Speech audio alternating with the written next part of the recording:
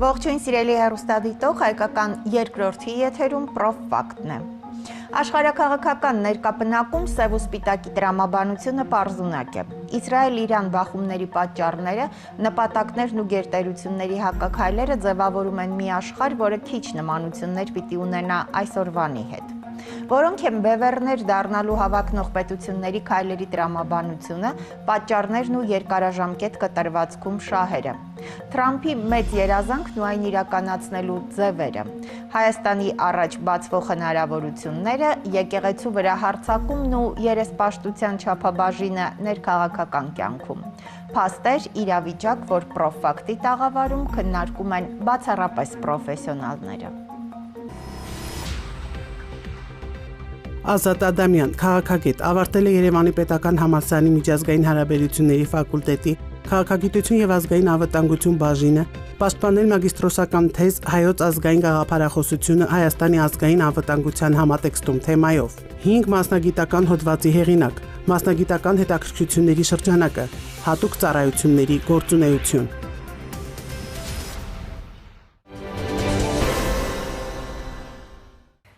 Բարի երեկո Ազատ, շատ շնորհակալ եմ, որ ժամանակ գտաք, մեր տաղավարում եք։ Բարև ձեզ, ես եմ շնորհակալ հրավերի համար։ Ըստ էության մեր նախորդ հանդիպման ժամանակ, երբ նոր ընտրություններ էին, նոր Թրամփը ստանձնել էր նահանգների նախագահի պաշտոնը, ոգևորությունը բավական մեծ էր Հայաստանում, դուք շատ հստակ ու շատ կտրուկ ձևակերպումներով նշեցիք, որ խաղաղություն բերելու այս հատվածը ուղղակի առաջին փուլն է կամ ինչ-որ շղարշ է, դրա ետևում բոլորովին էլ խաղաղություն չի։ Այսօր արդեն Իսրայելի հարձակման ականատես եղանք, բավական տաք փուլում է դեռ, ինչ է եւ այստեղ Ամերիկայի ներգրավվածությունն ինչ չափով եք դիտարկում դուք։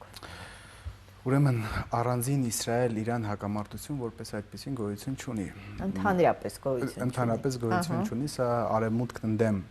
տեսեք, մենք կառուցում ենք արևմտյան քաղաքակրթությունները ընդդեմ մնացյալ քաղաքակրթությունների։ Մնացյալ քաղաքակրթությունները որոնք են, դա ուղղափառ քրիստոնեական քաղաքակրթությունն է, որտեղ առանցքային պետությունն է Ռուսաստանը, սինական կամ կոնֆուցիական քաղաքակրթությունը, որտեղ առանցքային պետություն է Չինաստանը, եւ իսլամական քաղաքակրթությունը, որտեղ առանցքային պետություն գոյություն չունի, որպես այդպեսին կան 5 պետություններ՝ Սաուդյան Արաբիա, Թուրքիա, Իրան, Պակիստան եւ Ինդոնեզիա, որոնք ամբիցիաներ ունեն առանցքային պետություն դառնալու, բայց այնտեղ որպես այդպեսին առանցքային պետություն գոյություն չունի։ Կան առանցքային պետության ամբիցիաներ ունեցող պետություններ, որոնց հիմնականը այսօր Իրանն է։ Ուրեմն հավաքական արևմուտքում 3 առանցքային պետություն կա։ Դա ԱՄՆ-ն, Մեծ Բրիտանիան եւ Իսրայելն են։ Մնացածը նույնիսկ Ֆրանսիան իրենց կամակատարներն են։ Այսինքն ՄԱԿ-ի անվտանգության խորհրդի մշտական ներկայացուցիչ Ֆրանսիան նույնիսկ նրանց կամակատարն է։ Ուրեմն այսպիսի մի խոսույթ կա, որսորդից լավ անտառը ոչ մեկ չգիտի։ Ըստ այդ տրամաբանությամբ իրանք աշխարհը բաժանել են, ով որտեղ պետք է իր գործն անի։ Ուրեմն 22 թվականի հոկտեմբեր-նոյեմբեր ամիսներին եւ ԱՄՆ-ն եւ Մեծ Բրիտանիան իրենց անվտանգության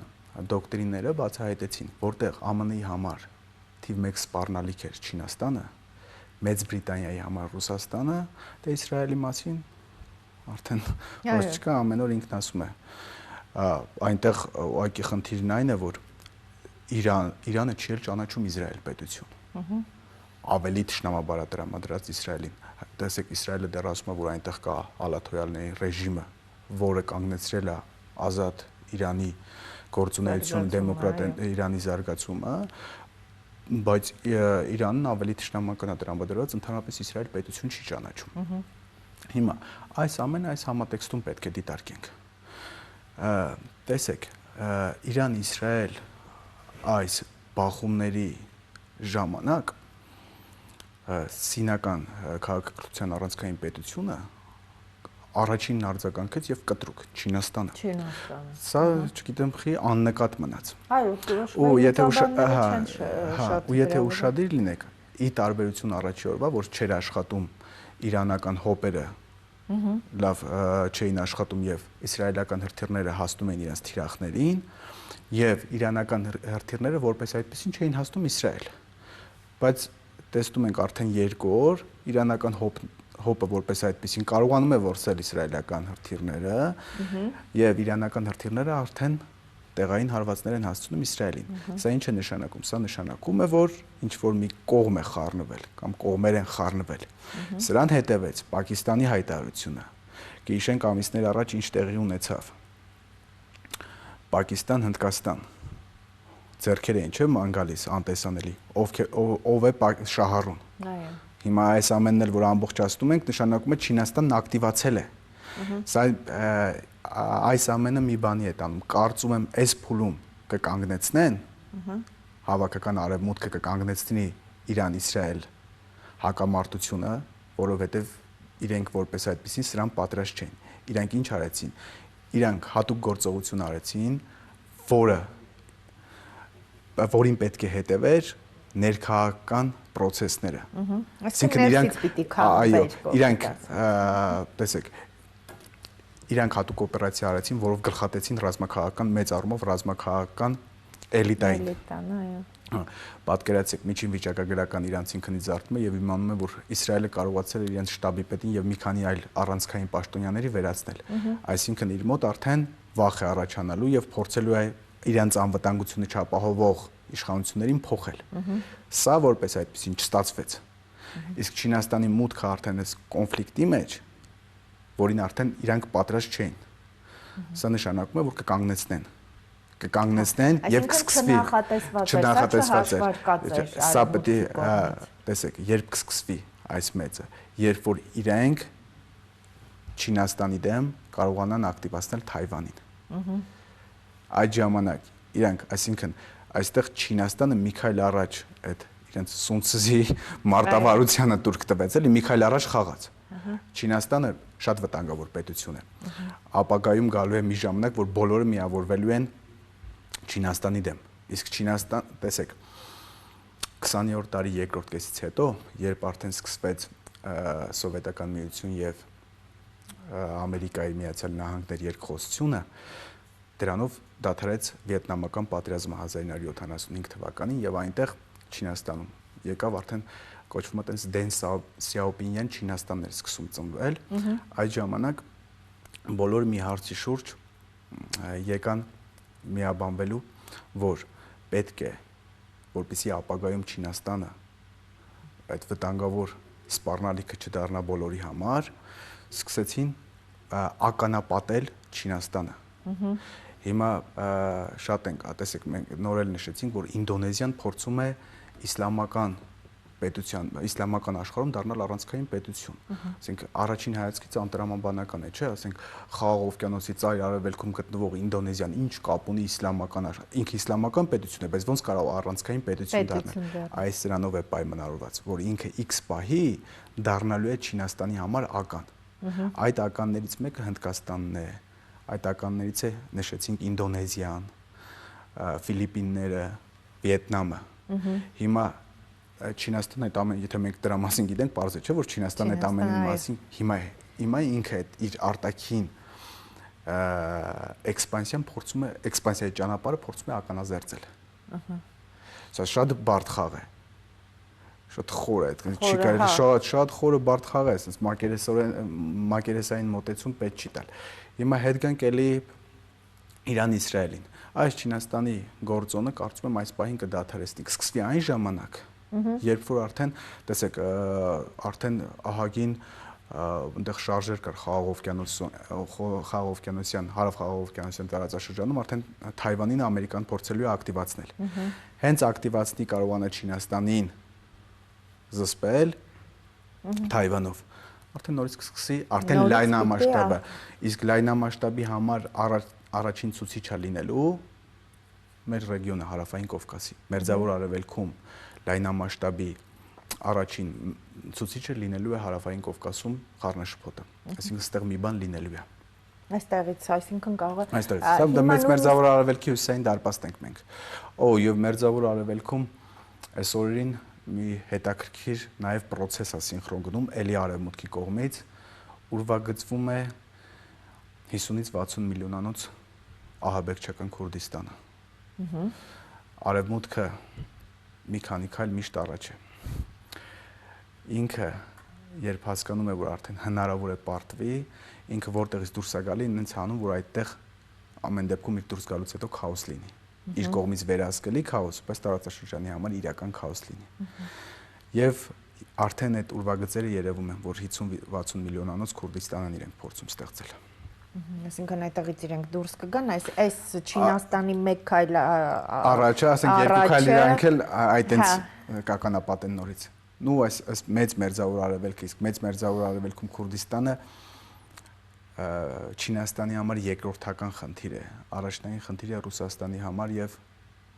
Իրանի համար։ Այո։ Այս դեպքում հիմա փաստորեն դուք կանխատեսում եք, որ շուտով այս բախումները ամենայն դեպս տաքցուր է։ Նորից վերսկսվելու է, տեսեք, մենք ինչ ասացինք, Թրամփը գալու է, մենք իր քարոզարշավի սկզբից խոսեցինք, չէ՞, ինչ քարոզարշավը Թրամփի ինչ թեզեր առաջ տանում, որ դուք խամրել եք ամերիկյան փառքը դուք խամրեցրել եք, մենք հետ պետք է վերադառնանք եւ վերադարձնենք Ամերիկայի փառքը։ Եվ խաղաղություն տարածել։ Եւ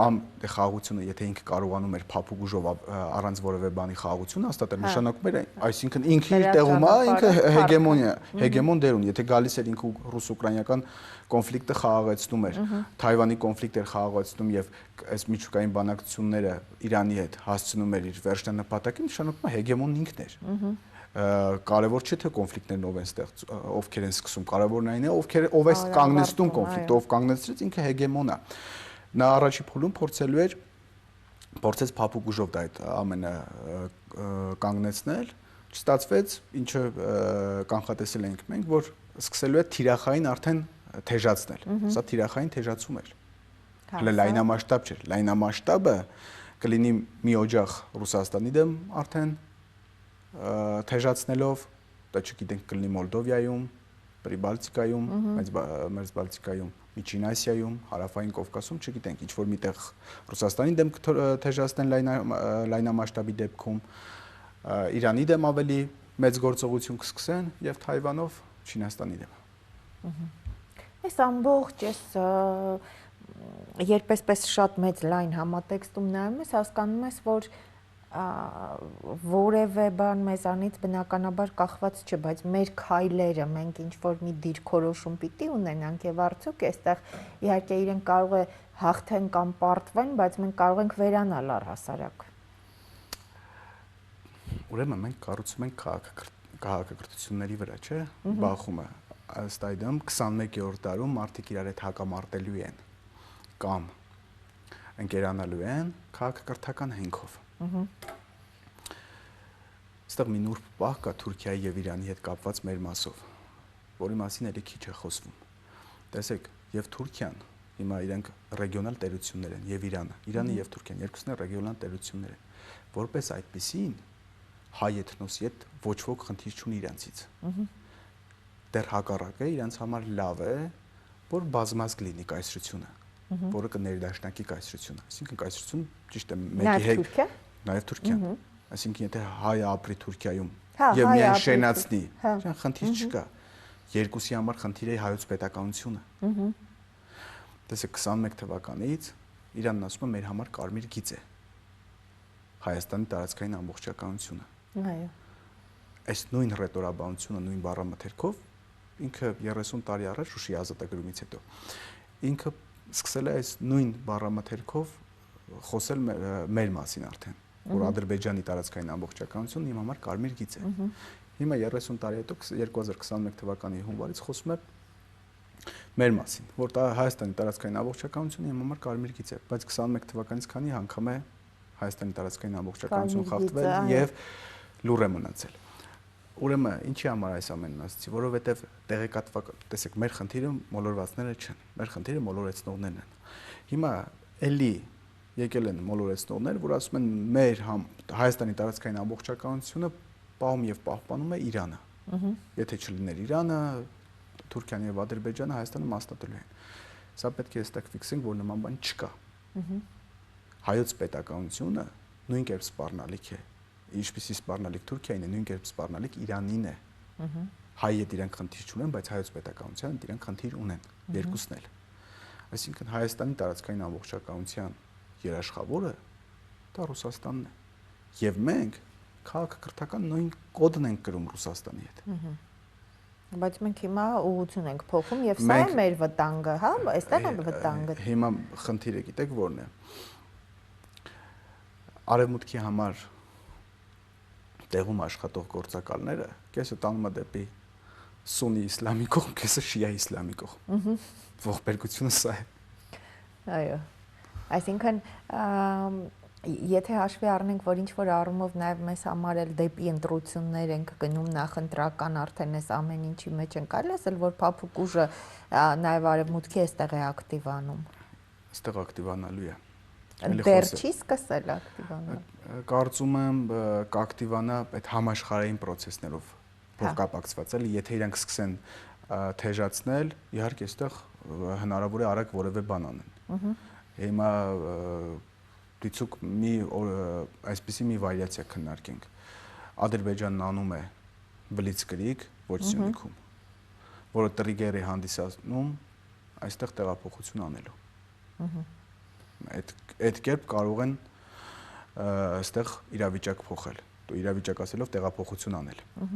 Պատճառն ինչն է։ Դուք իշխանափոխություն բառը չեք օգտագործում, տեղափոխություն եմ օգտագործում, ես ասել եմ տեղափոխության, միշտ ասում եմ տեղափոխության վտանգ կա, իշխանափոխության ռեսուրս, որպես այսպեսին դեռ չկա։ Չկա, նախորդ անգամ էլ հենց սա։ Հիմա տեսեք, խիա ինչի է արևմուտքը ստեղ շտապելու, որտեղ Գյումրիի ընտրությունները ամեն դեպքում արևմուտքին մտածելու տեղ է տվել։ Այսինքն այնտեղ գիշեք երկու ուժ կար։ Եվրոդաշինքը, որը կոնկրետ արևմտյան թեզեր էր տանում եւ պրոթուրքական դիրքորոշմամբ, բայց նույնիսկ Շեմը չանցավ։ Եվ կոմունիստական կուսակցությունը, որը նույնիսկ միության մասին է խոսում եւ փաստացի հաղթեց։ Հաղթեց, այո։ Սա արևմուտքին մտածելու տեղիք է տալիս։ Եթե այս լոկալ ընտրությունը տեղայնացնում ենք, պրոյեկտում ենք համապետական ընտրությունների վրա, արևմուտքը կպարտվի։ Դրա համար կարծում եմ իրանք մի քայլ ամեն դեպքում առաջ են գործելու։ Եվ դրա ռեսուրսն ունեն, քանի որ Նիկոլ Փաշինյանը ամեն դեպքում արևմուտքի գիծն է տանում։ Այսինքն վերջին վարքյանին ինքը ընտրություն է կատարելու դեպի արևմուտք։ Եթե Ազատ շատ հետաքրքիր է ու շատ կարևոր է, որ այսպես համաշխարհային այս ամբողջ կոնտեքստում եք վերլուծում, բայց եթե մի քիչ լոկալ կանք, հնարավոր է, որ այս խառնաշփոթի մեջ այս մեծ տերությունների քայլերը հետևելու հաջորդականությունը որոշելու ընթացքում ամեն դեպքում մենք ունենանք այստեղ պատերազմի էսկալացիայի այդ վտանգը որևէ հատվածից, որովհետև Ադրբեջանի ըստ նշում եք, եթե նույնիսկ Սյունիքը չէ, ուրիշ կողմից էլ ինչ որ բաներ գրավել է։ Տեսեք, արևմուտքն ինչ է նախաձեռնում։ Եթե գնալու է լայնամասշտաբի ռեգիոնում եւ ամբողջ աշխարհում, եթե արևմուտքը այդ Բրիտանիա, ԱՄՆ եւ Իսրայել միանգամից ակտիվանալու են եւ գնալու են լայնամասշտաբի, այստեղ գործողությունները ռազմական գործողությունները լինելու են Սյունիքում, Սյունիքից է սկսելու։ Սյունիքից։ Եթե այլ նպատակ է լինելու, ինչ որ մի բան անելու այստեղ, եւ էլի զգուշացում, որպեսզի փափուկ եւ այսպես ասենք էլի, եւ փափուկ ուժով եւ ռազմական ուժով ճնշի իր հակառակորդներին, դա կլինի արդեն Հայաստանի արևելյան մասում, Գեղարքունիքում, Տավուշում կփորձեն որևէ բան անել։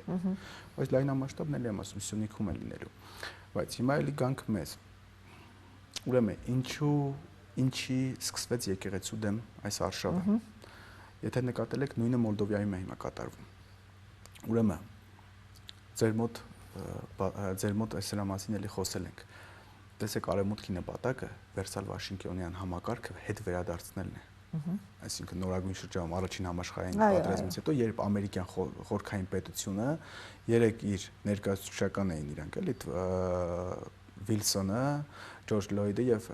Կլիմանսոն Ֆրանսիա, իրենք ներկայացուցչական բնույթ էին կրում, իրանք դեռ որոշողները չեն, ամերիկյան խորհրդային պետությունն էր որոշում իրանք դեմքով։ Իրանք ուզում են այդ կարգավիճակին վերադառնան, որ իրանք որոշեն, որ երկիրը պետք է ինքնավարություն լինի, որ անկախություն լինի, որը մեծ պետություն լինի, որը կայսրություն լինի։ Իրանք դա են ուզում վերադարձնել։ Տեսեք 1918 թվականին ինչ եղավ։ Հայաստան որպես այդպեսին իրենց հաշվարկներում չկար։ բայց Գևորգ Կաթողիկոս Սուրենյանցը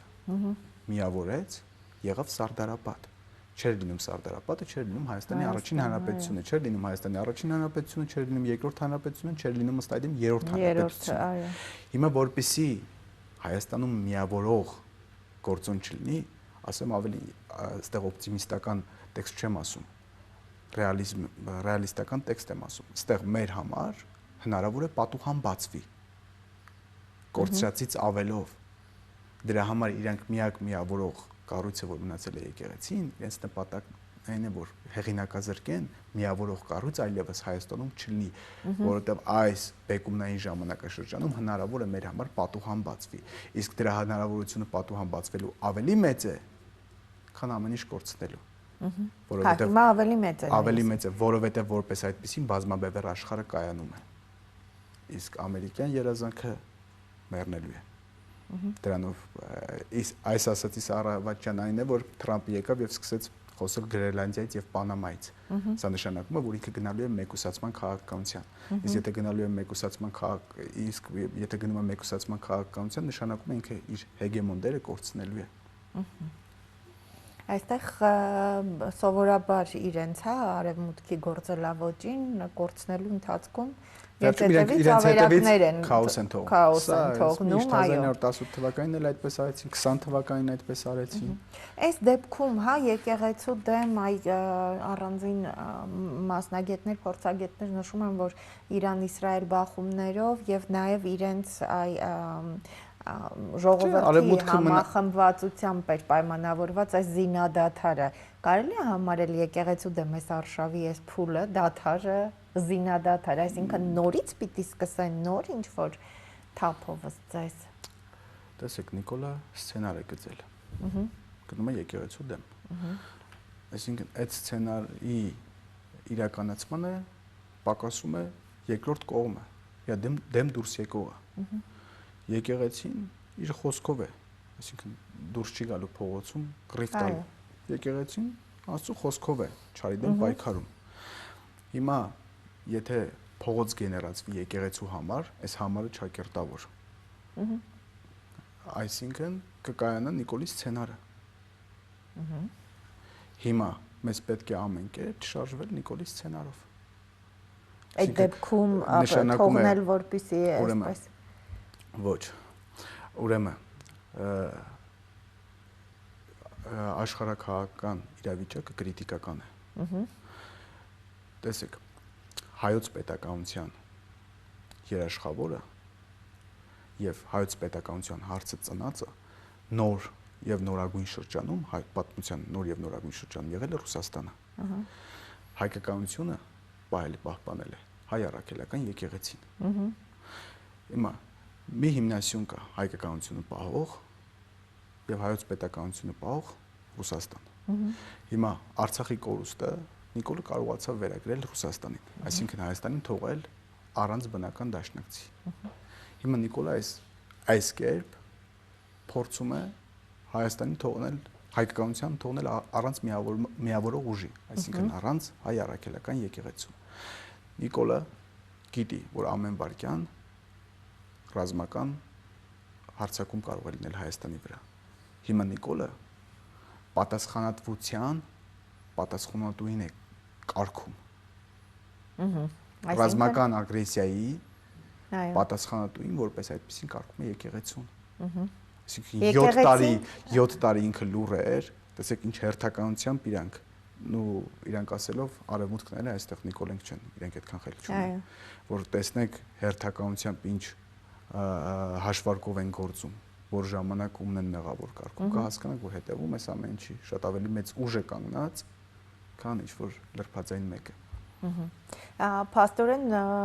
եկեղեցին ըստ էության սա շատ լավ գիտակցելով ինքը իր բարձունքի վրա քայլեր չի անում։ Այստեղ շատ տարբեր ուժեր եւ շատ ուղակի մարդիկ, իրենք իրենց այսպես ներքին մղումով կոչեր են ակնկալում, ուզում են դուրս գալ եւ սրա հետ միասին կան նաեւ քաղաքական որոշակի խնդիրներ լուծող մարդիկ, խմբավորումներ, որոնք ուզում են իրենց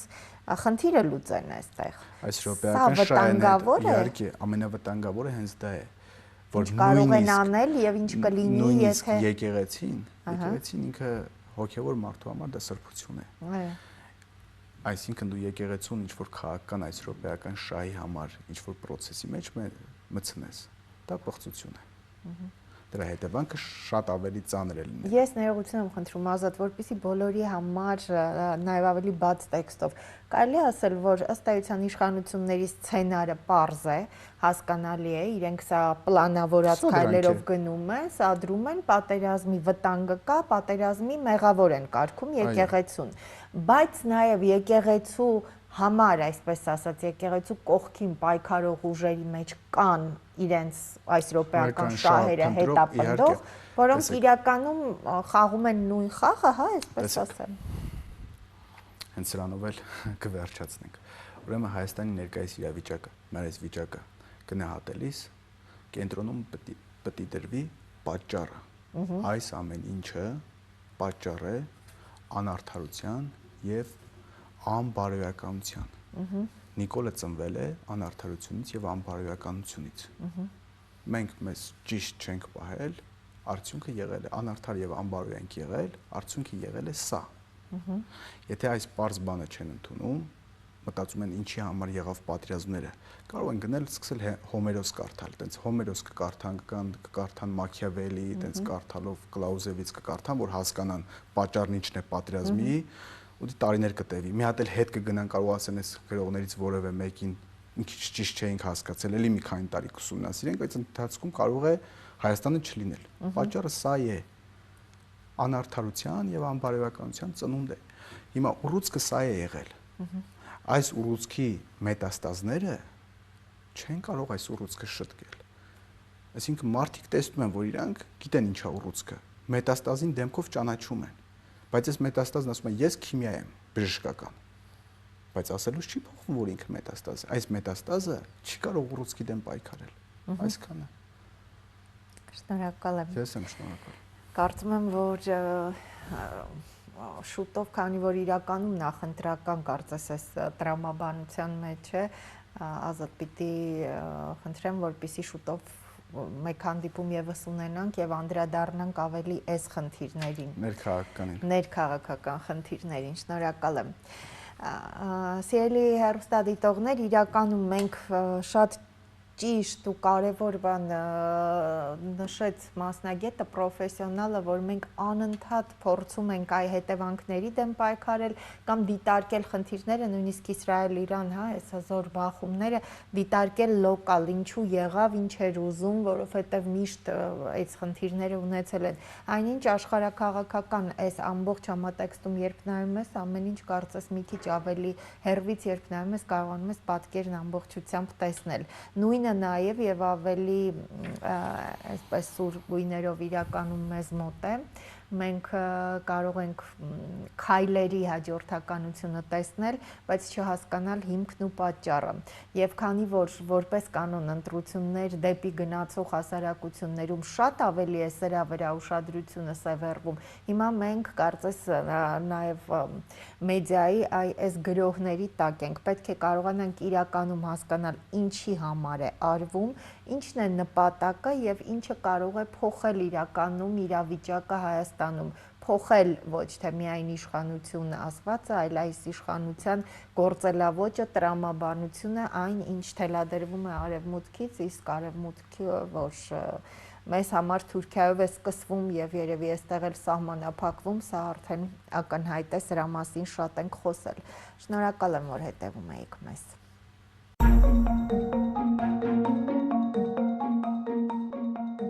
Մենք ականատես ենք դառնում բազմաբևեռ աշխարհի կայացմանն ու ամերիկյան երազանքի ֆիասկոին։